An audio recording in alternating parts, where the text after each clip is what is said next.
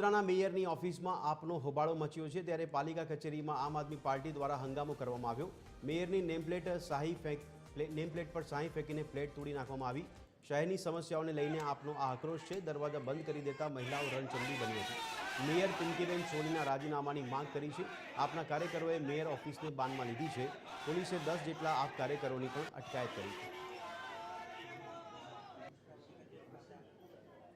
તો આજ અંગે વધુ વિગત આપી રહ્યા છે અમારા સંવાદદાતા અમિત ઠાકોર। અમિત, જણાવશો આ જે ઘટનાક્રમ બની રહ્યો તેમાં પોલીસ દ્વારા કયા પ્રકારની કાર્યવાહી અને મેયર દ્વારા કોઈ પ્રતિક્રિયા આપવામાં આવી છે સમસ્યાઓ સામે?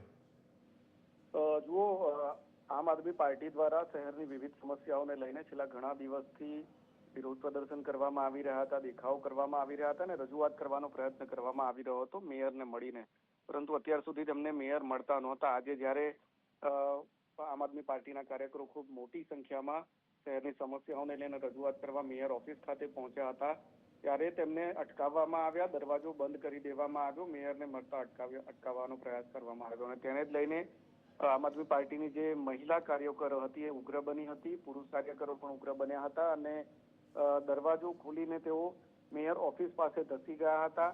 જોકે આજે વડોદરાના મેયર વડોદરામાં નથી, તેઓ ત્રિવેન્દ્રમ ખાતે વડોદરા મહાનગરપાલિકા દ્વારા જે ગ્રીન બોન્ડ અગાઉ ઇસ્યુ કરવામાં આવ્યા હતા તેની પુસ્તિકાનું વિમોચન છે ત્યાં એટલે ત્રિવેન્દ્રમમાં ઉપસ્થિત છે અને વડોદરામાં તેઓ હાજર નહોતા એટલે આમ આદમી પાર્ટીના કાર્યકરો વધુ ગુસ્સે ભરાયા। મેયરની ઓફિસની બહાર જ તેમને ખૂબ હોબાળો કર્યો, હંગામો કર્યો, મેયર પિંકીબેન સોનીના રાજીનામાની માંગણી કરી અને ઉગ્રતા એટલી બધી થઈ કે તેમને મેયરની નેમપ્લેટ પર કાળી સ્યાહી ફેંકી અને સાથે સાથે નેમપ્લેટ પણ તોડી નાખી।